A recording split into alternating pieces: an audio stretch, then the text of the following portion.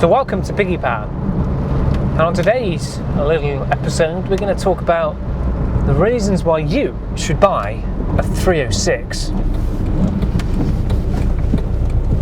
So some of these reasons have been provided by Instagram, Facebook, a little poll I did, but other than that, there's something I've come up with. See if you agree. So number one, the handling. They handle really nicely.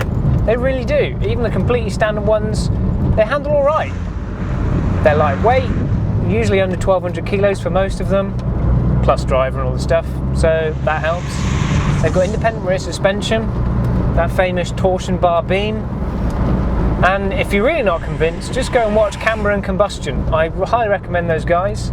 They just spend time hooning around tracks, and they got a GTI 6. Phase 3 I think it is, and my goodness do they have a good time. So that's number one. Number two, styling. If you look at the Phase 1 or Series 1 or Mark 1, however you want to call it, 306, you see that it looks pretty good. It's pretty retro, quite boxy in its looks, and it looks good today. And then you get the Phase 3, we'll ignore the Phase 2, no one thinks they look good. See, the Phase 3 looks pretty modern amongst other vehicles. It doesn't look outlandish like the Civics, but it holds its own in a car park. You think, oh yeah, I drive a nice car. Number two, that was. Let's go for three. Reliability. I've done hundreds of thousand miles in XUDs and HDI 306s, so have other people, and had very little issues. I really have. And other engines, the only real problem engine was the 1.4, which pops head gaskets quite a lot. But they usually fill up learner drivers. The 1.6, 1.8, 2 litre, they're all pretty reliable things. Number four, they're cheap. If they do break or need a repair, the parts are dirt cheap. You can get like any part for 20 quid. You can get engines for 50 quid. Gearboxes people give away for free. They just have them on the shelves, some kind people like that. So it's pretty good. And they're cheap to run, cheap to insure. They do good mileage, they're cheap to buy in the first place. The tax is still of a bite compared to modern cars, but so is the same case with any other vehicle of the same year and age. Point 5, the fifth reason why you should buy a 306. They tune up quite nice, lots of mods you can do to them, so if that's your thing, 306 is good for it. Maps can be had for £100, £150 for the more modern engines. Tune-ups can be done with a spanner and a screwdriver on the earlier ones.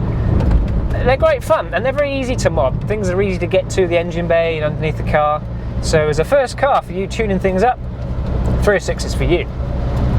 What about number 6? Well, 6 is a little bit specific to a vehicle, the type of 306, and that's that you can run them on veg oil.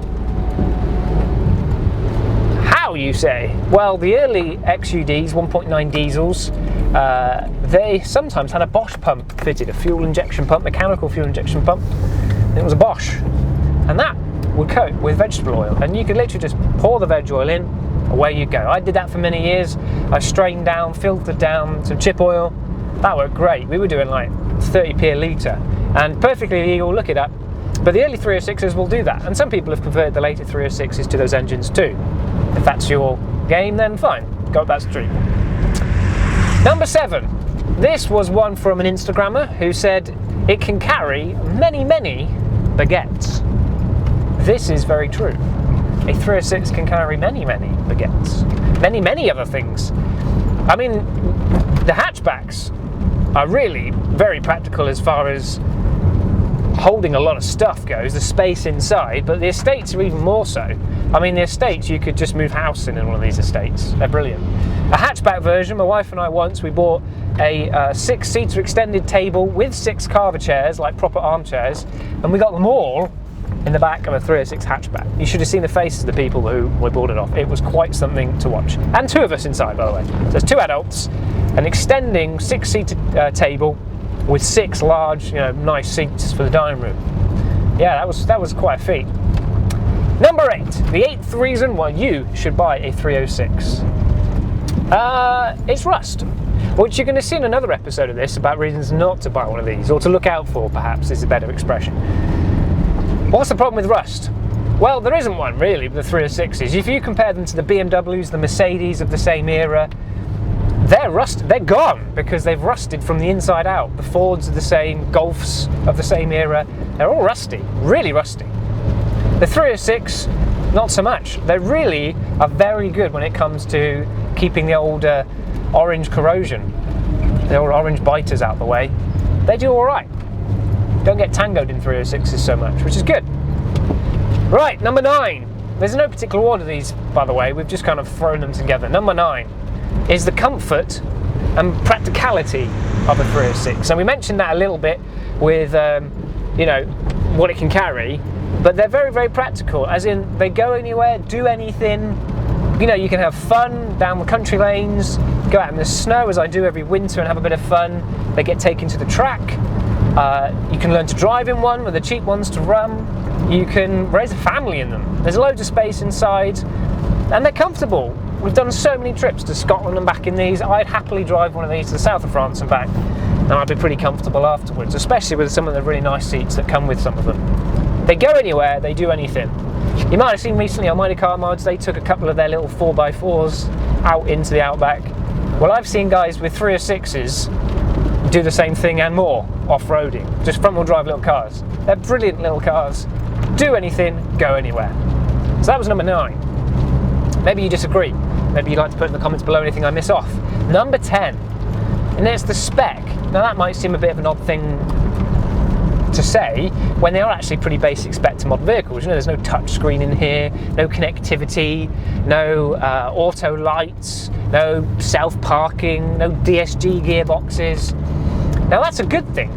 I think they're spec'd just right for their age, and actually you get a lot for what you bought. If you bought a base spec 1.4 petrol in like 99, 2000 in the Phase 3, the Mark 3, you got power steering, you got a very high scoring airbag system, safety system, pre-tensioners, you got air conditioning, you got auto wipers which are running right now perfectly fine. I've turned them on and I've let them do their thing.